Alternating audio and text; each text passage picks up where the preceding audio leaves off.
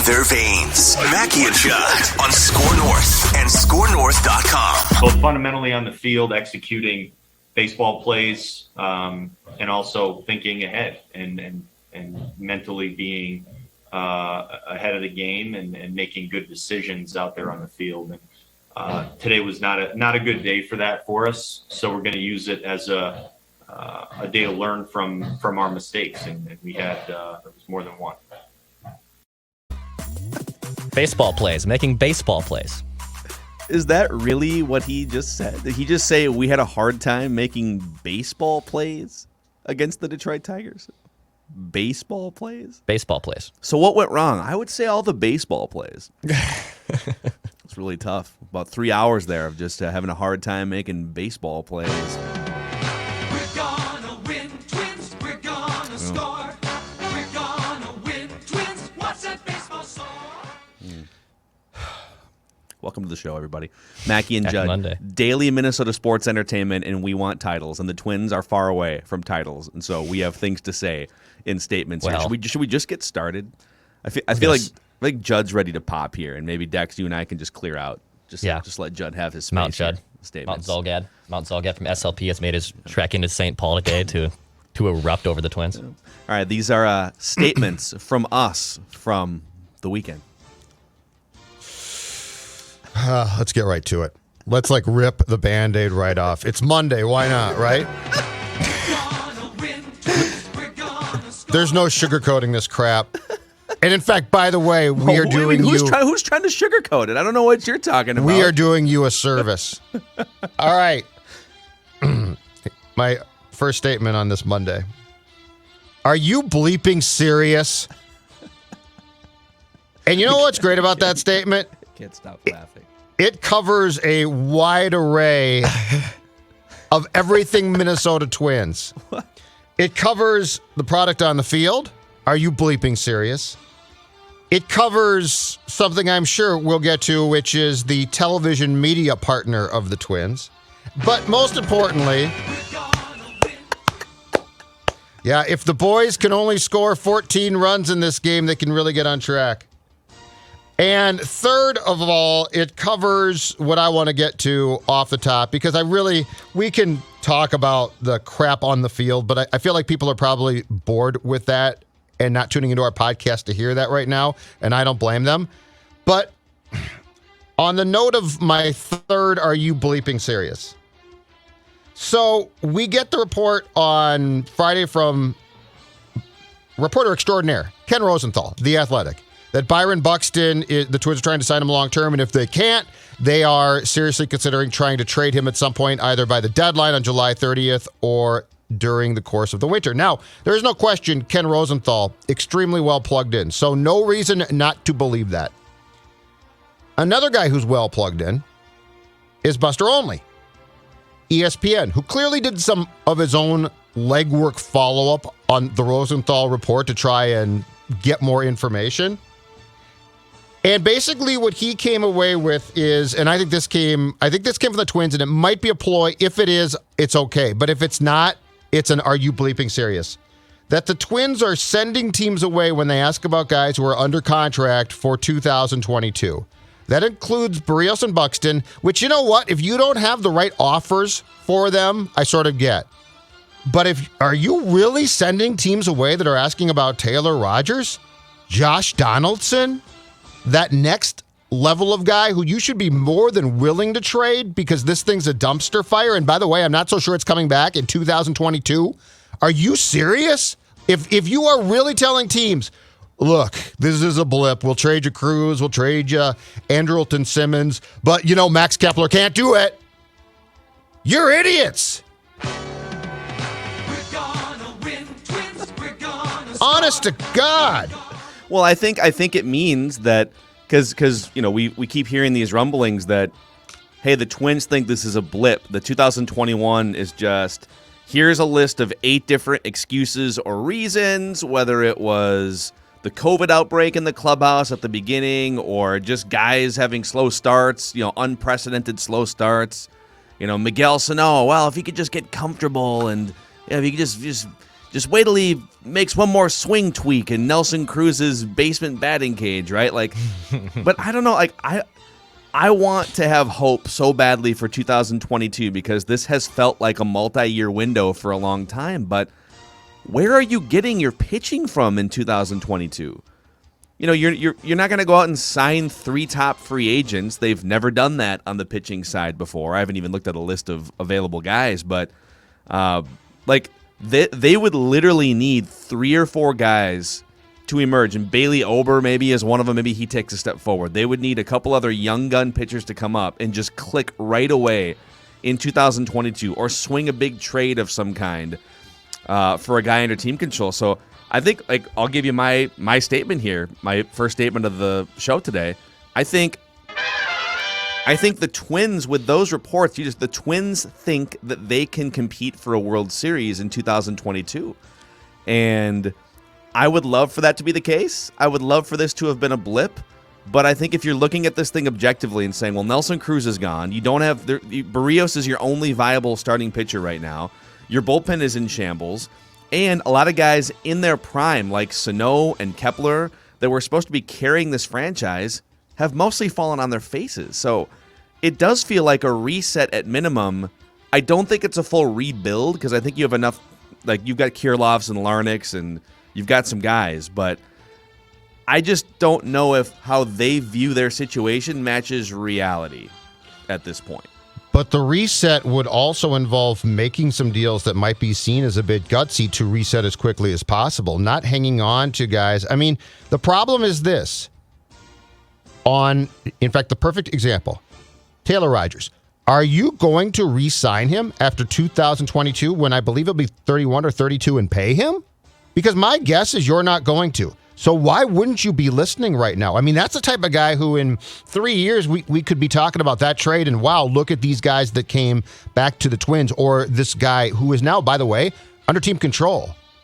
And I did get notes back when I tweeted about this. Look, they're just being smart. They're trying to float out there that they're not going to trade guys to drive the price up. Wish I could give them that much credit. I ain't seen a lot in the last year or so that gives me a lot of confidence that they're doing that. If they are, good for them, but I need to see it then. I need to see Taylor Rogers traded on July 30th, and oh my God, look at the haul. Declan? I'm just disgusted. My statement is, in retrospect to this trade, the Twins neglecting team control from Buster Olney, it's take advantage of the 3-course meal. So sometimes just appetizers is fine. And you're talking to a guy who loves him some appetizers. Like, I get that. The apps are good. They're starters, right? They're rentals. They're just a little thing to tie you over to get you to the end game. But the 3-course meal, there's things that we could sell here that could actually get you a better payoff and a much better dinner for you. Instead of just going to the fried appetizers, why not look at the filet mignon? Why not look at Jose Berrios? He doesn't want to sign back here. You may as well take the calls and see if you can get a couple hundred top 100 prospects in here and try to make something work. You know, Anderson Simmons, Nelson Cruz, you're going to be able to find suitors for those. That's fine. But I'd much rather you listen to offers for guys like Jose Berrios and Taylor Rogers. I'm iffy on Buxton, but I'm not going to just neglect a phone call. So take advantage of a 3-course meal. Derek Falvey and Thad Levine are savvy guys. I bet they like 3-course meals.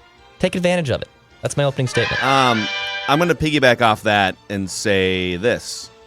I'm jumping in line here on statements, but since we're sort of banding about this topic, Jose Berrios does sound like a guy who wants out after 2022. This is from the Star Tribune over the weekend. Jose Berrios' assessment of his own contractual status, he's eligible for free agency 15 months from now, offers a clue to the Twins' chances of getting that deal done. To put it bluntly, it might be too late.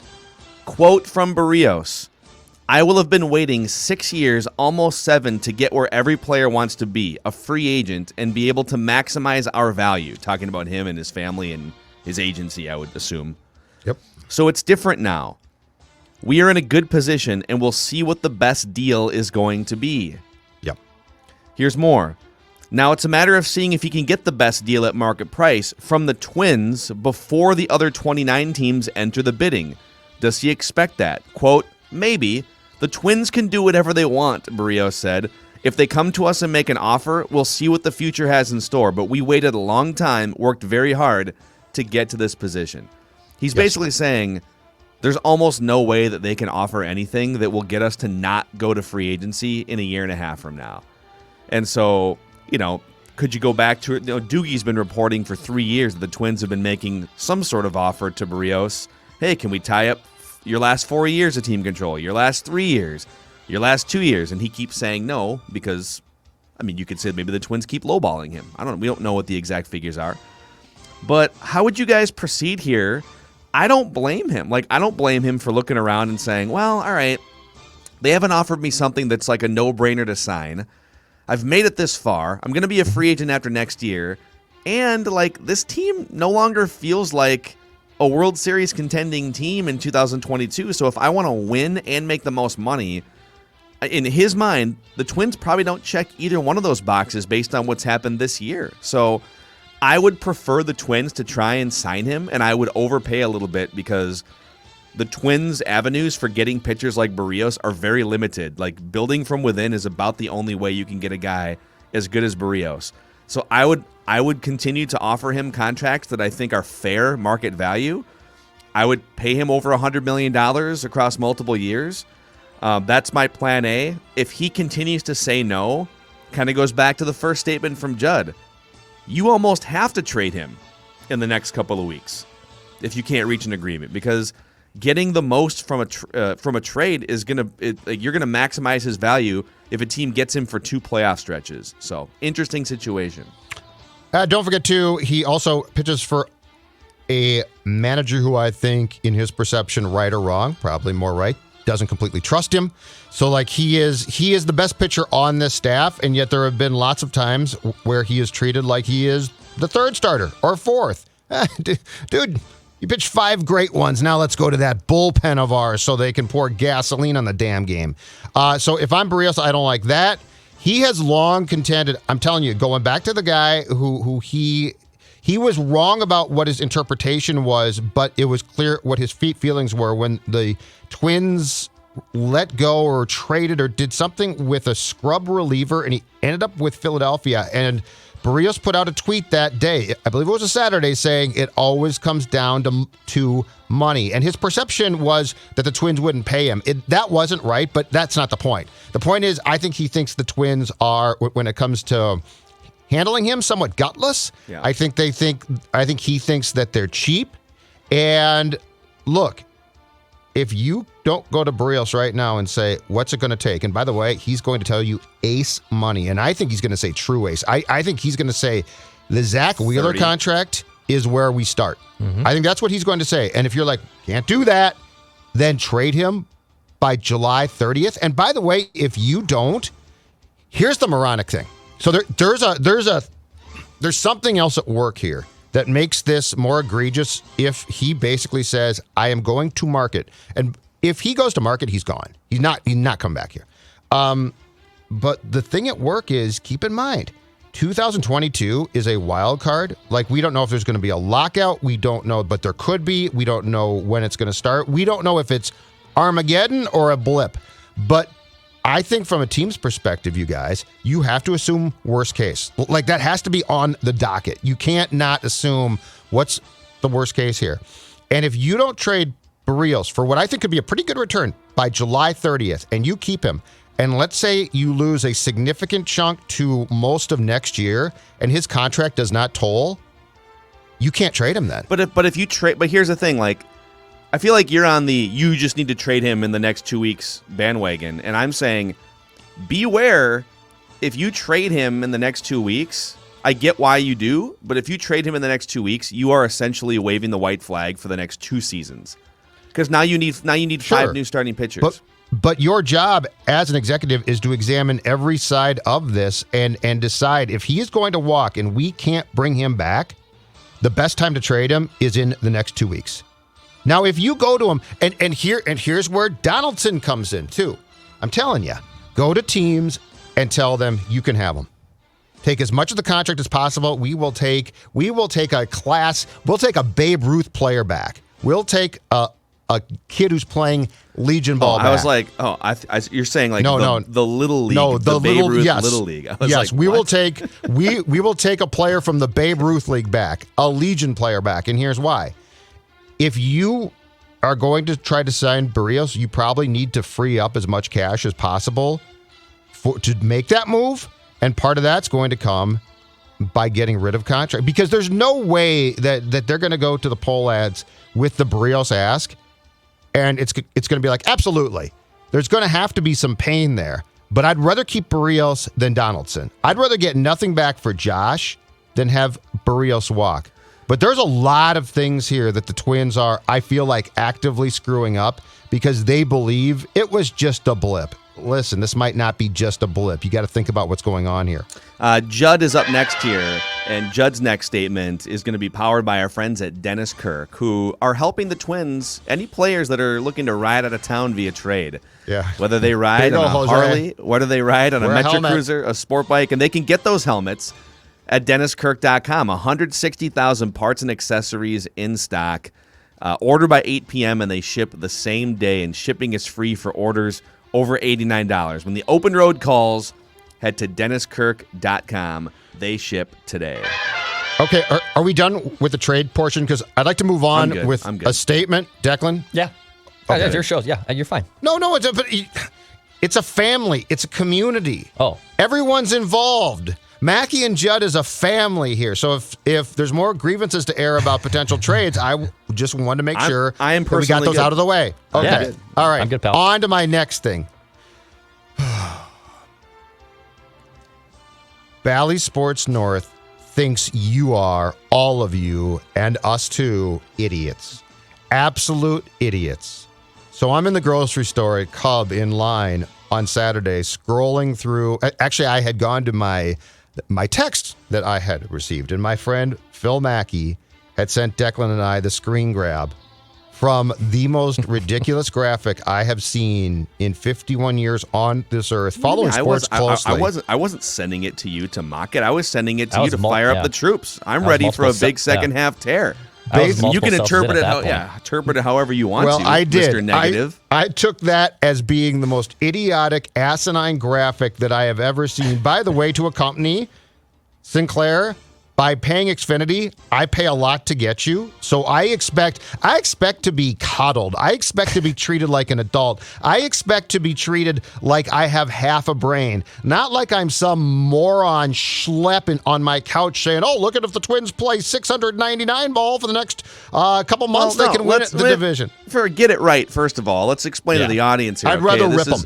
This is before the Twins played on Saturday, so they're coming out of the gate for the second half. They had just completed a sweep going into the All-Star break. Second half surge, ? With a big photo. I guess we could have popped this up on the screen if I had sent it over, but big photo of Rocco Baldelli. 12 games back in the wild card race, but if they go 53-20 in the second half, which would be a 726 win percentage, that would get them to 92 wins. All right, it would be one game better than the best 73 game stretch in the major leagues since 1994, which was Arizona in 1999. Arizona did have Randy Johnson and Kurt Schilling at the top of that rotation. I'm pretty Details. sure.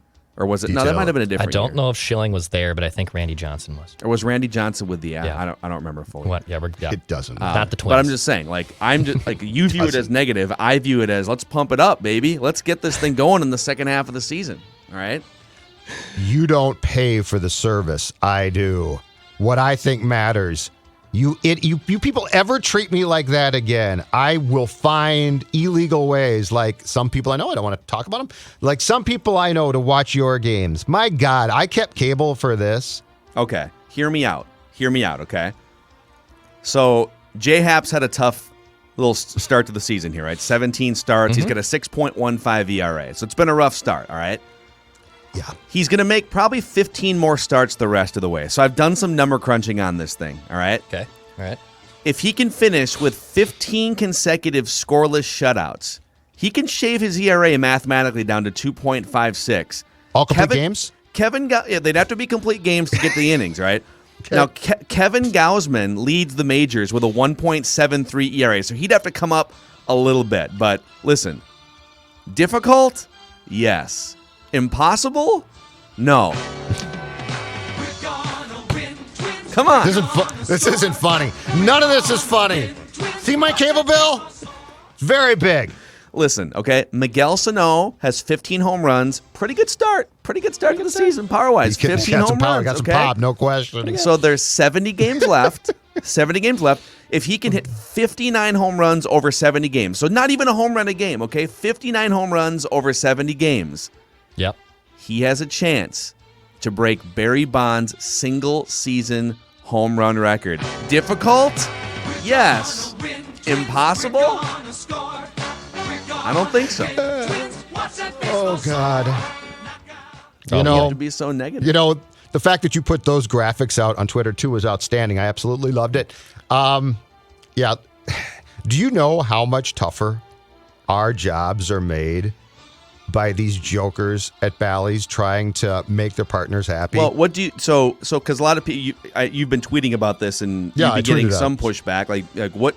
So they are financially in bed with the Minnesota Twins, right? I mean, this is a multi-million-dollar annual deal. Like, so they're not just going to get on TV and savage the Minnesota Twins. You're not going. Tim Lauder's not going to roll up the sleeves and be like, "Camera one, zoom in right now. I've got a few things to say about this garbage piece of crap team." Like they would cut the feed. So, what do you, as a subscriber and a consumer who pays money to watch Bally Sports North, what's a reasonable expectation for you, what you want as a viewer? I want realistic discussions about the expectations and where this team is now and where it can go. And I also want my analyst to always tell me the good and, here's the key thing, Justin, the bad. You know more about baseball than I will ever know, and you can shed light on things that are bad too. That doesn't mean you rip them, but that does mean you say, like if Rocco Baldelli, and I said this way back when about the Panther and Greenlay on Wild Games, okay? The Panther? I always said this. The Panther. That's what Patrick calls him, the Panther. And I think Wes Walls calls him that too. Anyway, so my test case was always this. If you know that Boods is going to get to the mic post-game and rip the team, you can start telling me what's going wrong. Like, you don't need to sugarcoat this. If the coach is going to, on your post-game show, rip the team, then you're safe to say, here's what they're doing wrong. Again, I'm not asking you to rip players or people, but I am asking you to tell me, if everything's going bad, tell me what's going bad. Like, go down that path. When Rocco Baldelli goes to the post-game Zoom, Rocco never criticizes, basically, right? And says what he said that Declan played at the top of our show today, which is we basically did nothing well baseball-wise. Justin Morneau and Dick Bramer. And by the way, I'm told that Provis and Gladden did exactly this. So this is not like unheard of. And they don't sit there and rip the team apart, but they both express their disdain or their disgust, and they tell you why. That's all I'm asking for. And the other thing, too, is at this point in time, we are 2 weeks out from the deadline. You can have a discussion about the Rosenthal report, the Buxton thing. Good networks that actually empower their announcers do. That doesn't mean that you have to say, well, Buxton, or criticize him or say, he's a great player, phenomenal. But there is a credible report out there from one of the great baseball insiders about a star player on this team, and your team stinks, so your games are boring. So you can have a conversation about the deadline without trying to always, the rope-a-dope is so obvious too, because what they like to do is when things don't go well, they talk about what they did as kids, or they talk about, they had a big conversation about if Morneau played basketball yesterday. And he's like, yeah, I quit hockey as a senior in high school to play basketball to get in shape for baseball. I don't need that. I can get that on like a Morneau podcast. What I need is what's going wrong here and why and what can be done to fix it. And I don't think that's that big of ask. And I sure as hell don't need condescending graphics telling me difficult? Oh, yeah. Impossible? No. It disgusts me for a media entity. Like the one thing we don't do, and I've never done, is I don't assume people that consume our content are stupid. That's not fair to them. Like, it's so condescending. And it it empowers the poor jokers out there who are like, look at Mackey and Zolgad and Declan. Look at how they're negative. We're not negative. We're realistic, and we like to have good conversations about sports. When we become a bad sports town is when we fire up Bally Sports North and get fed a load of crap like that. It just disgusts me. Oh, all right. I mean, you can take that stance, but hear me out for a second, okay? I was talking to our friend X Twins News on Twitter last night. Friend of the show. So Luis Arraez is now hitting 299, okay? If he goes 101 for 217, so he needs 101 hits in 217 at-bats to finish the season, all right? If he can hit 465, which is what that clip would be from here on out, he can be the first guy to hit 400 in the major league since Ted Williams in the early 1950s. Come on now.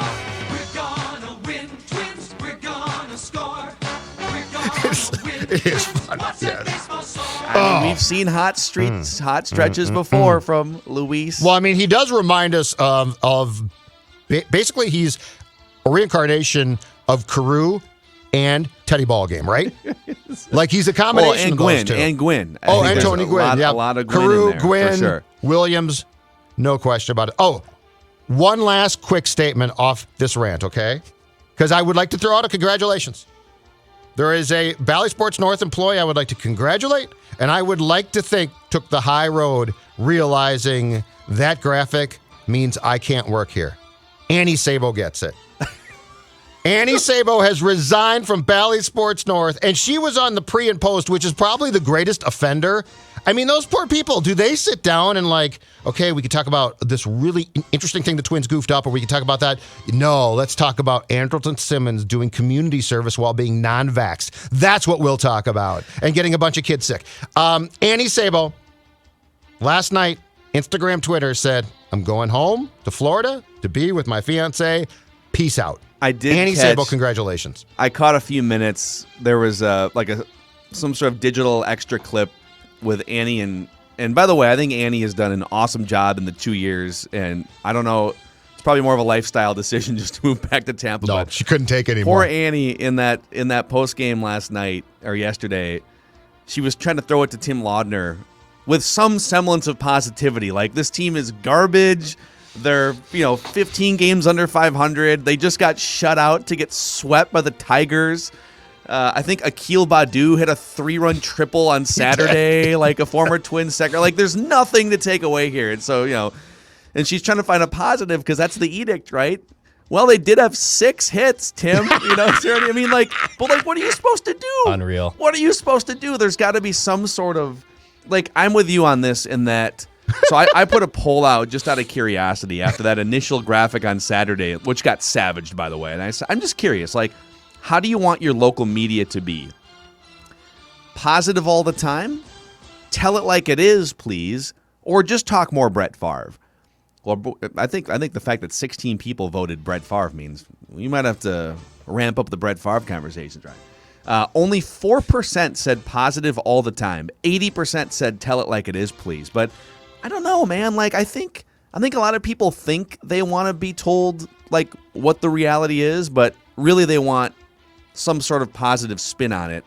But I think when everybody involved, from the manager to the front office to the players themselves to media and fans, when you know that you're staring at a steaming pile of baseball crap, it doesn't mean that it's always going to be this way. It doesn't mean that it's always been this way in the past. You can still celebrate things in the past and be hopeful for the future, but I think to serve it up as anything other than a huge disappointment is definitely insulting fans and treating them like they're stupid. So I don't expect them to be super negative. I don't expect Dick and Justin to just be teeing off for 3 hours on Miguel Sano like I do sometimes. No, but you can. But you can talk about what's wrong. Yeah, is there some way to present it that's not just hey, if the Twins go on a historic stretch for the last 70 games of the season, they can maybe win 90. Wah wah, and they get swept in a doubleheader 5 minutes later. If they had taken some time, for instance, on Saturday to talk about the Buxton report, that would have been good. I would have loved to heard their thoughts. It would have been really intriguing. So to be clear, I'm not looking for them to tear the team apart, but I am looking for a realistic conversation. And the thing that Corey and Danny on radio do so well is you can sense their disgust too. Like that's the thing that I don't think broadcasters get. You can be a fan of the team. I mean, it's hard not to be. I get that. Hawk Harrelson actually was probably the best at this, right? Mm-hmm. But when they're not playing well, what do fans do? They get disgusted, right? They get upset.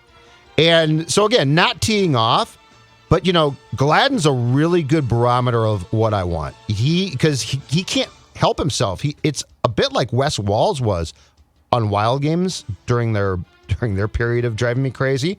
I appreciate that. That's good. Jim Pete, yes. Within the Bally's pantheon, like Jim Pete's one of the best local commentators in the entire country. Yep.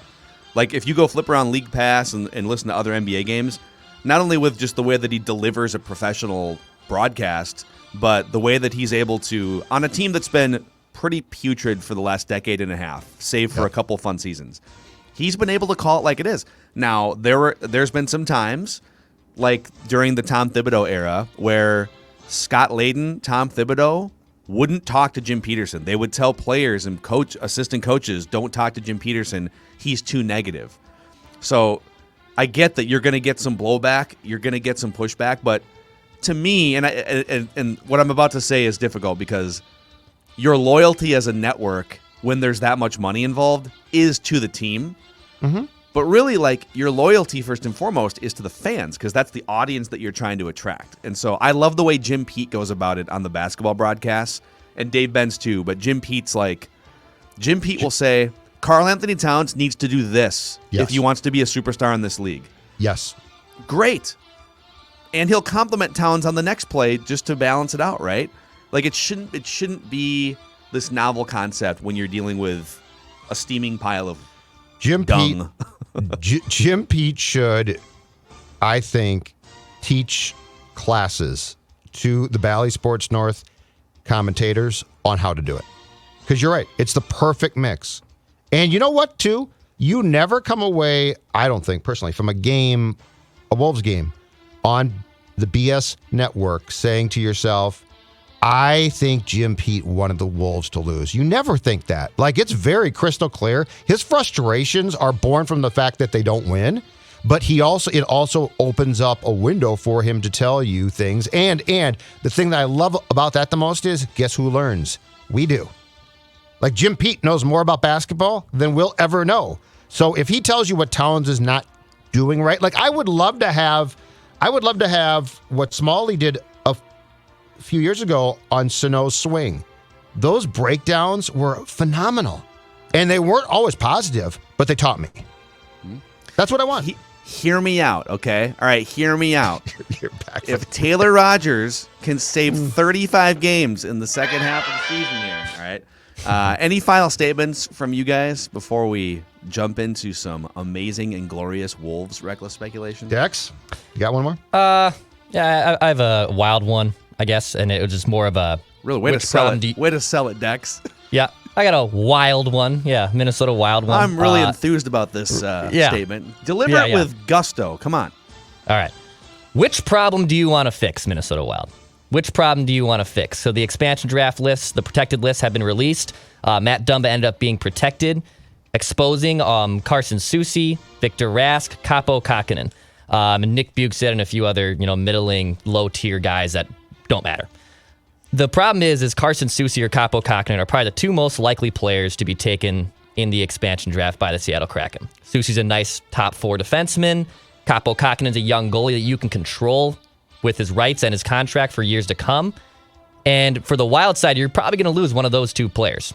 So you have to figure out, do you want to replace basically two defensemen, because you bought out Ryan Suter, which is a task, by the way. Like, that is a task to replace the minutes of Ryan Suter and Carson Soucy. All of a sudden, you're looking to eat up 20 to 25 minutes of two players who are a big part of your blue line. Or do you want to try to fix your backup goaltending role? Which, it's always easier to probably take that route, because goaltending is a very volatile position, and there's a bunch of free agent goalies out there this year. I think it's probably easier, but it might be a tough thing to see if Cam Talbot regresses this year and Kaapo Kähkönen ends up flourishing with the Seattle Kraken because they now have a young, controllable goalie for the next 10 years. But I do think the problem you're going to want to fix if you're Bill Guerin and you're Wild fans right now is finding the next backup goalie instead of trying to figure out a new defenseman to pair on this team with a Matt Dumba or whoever it's going to be. What's Capo's upside? That he turns into a number one goalie. I mean, he played pretty well, at least for a good stretch of this last season. He struggled late, but yeah, he was really good. When Talbot was out for a while there, in I guess what would qualify as the middle of the season, Capo was really, really solid. But Declan's right, and here's the conundrum that your club, Mackey, and don't deny it is your club, the Kraken face. They are not my club, but I will go to your a game. club. Well, why wouldn't you adopt him? I'd adopt him. You could become a hockey guy through and through now. You live in a hockey town. There's no NBA the team Wild, where the you Wild live have one of till the Wolves five get best players in the NHL and the best player in franchise history. I don't think I'm going to sell that stock for an expansion team. But the conundrum is this: the Montreal Canadiens have exposed Carey Price, the future Hall of Fame goaltender, who evidently is going to get a checkup in New York and might have a bunch of stuff wrong. He might have a hip problem now and stuff like that. But he's not going to get the checkup until Wednesday or Thursday. And the Kraken has the opportunity to take him, but it's going to be without a complete workup. I don't think they will, but there's a chance that they do. And if they take Carey Price and can get him healthy, it'll be interesting to see what other goaltenders they take. But yeah, I'm with Dex. If it's between Soucy and Capo, I'm probably in favor of them taking Capo because with my guy Suits gone, that's going to cause you to then have to replace him and Soucy. Soucy's not spectacular, but he's reliable. So yeah, I think the biggest question is: does Seattle want to load up on veteran players and make a run in the next couple of years and try and do what Vegas did, or do they want to pick off the younger guys with upside that have been left unprotected, and maybe it's a slower build? That's what I do. I told you guys, expansion franchise, go ahead and lose. Lose all you want. People are still I love how gonna go to you games. somehow think that Vegas going to the Stanley Cup Finals in their was it their I'm first just telling you year? how I build a team. Yes. Yes, their yes, first which year. by That the way was was a bad thing for the franchise? Which was sort of a joke. Well, it's embarrassing in it's a not league. embarrassing. It's good. embarrassing I in a want the league. teams to be good right away. The Wild's best player was Scott Pellerin in the expansion draft. They went to the Stanley Cup Finals. I'm not saying they can't be a playoff team, but are you telling me that they were a Stanley Cup Finals team in a league full of teams that should have been at least knocked them out in the conference finals? If you're going to pay that big entry fee to get in, you're going to get a good be team. Good. But I would not take a team full of veterans. I'm going to build it because for 2 or 3 years, Seattle is going to they're going to love the Kraken. They're going to go to games. Trust the process. They're going to go to games. I'm going to know my fan base. I mean, it's going to be at least, I think, 4 to 5 years before the Wolves move there. So it's going to be one winter sport town. It's going to be the Kraken. That's it. And then in 5 years, it'll be the Kraken and Wolves. I don't know why you had to do the drive-by Wolves moving thing. And then they have to go back to the Sonics. That's the first thing. Stop trying to drag my Wolves. If they wait, quick question. If the Wolves moved there and adopted the Sonics name, which they should, and the league said, okay, as part of the transfer deal, we're going to leave the Wolves name. We're going to leave the Wolves name for the next franchise because eventually Minnesota will get another team. Do you take it, or do you say it's not a bad name, but it's absolutely jinxed? First of all, none of that will happen. But if it did happen, I would rather just pick a new name and erase the history of the franchise. Yes, if given the chance for a 5 or 10 year reset, a new franchise comes in. Yeah, it's a little like I don't know. It's like that Annabelle doll from the horror movies, right? Just leave it in the closet. Just nobody going to the attic. All the wolves, the crunch mascot head, all of it can just sort of stay. Yeah. When the Wolves move, you will find out that I was right. When A-Rod becomes a hero in Seattle.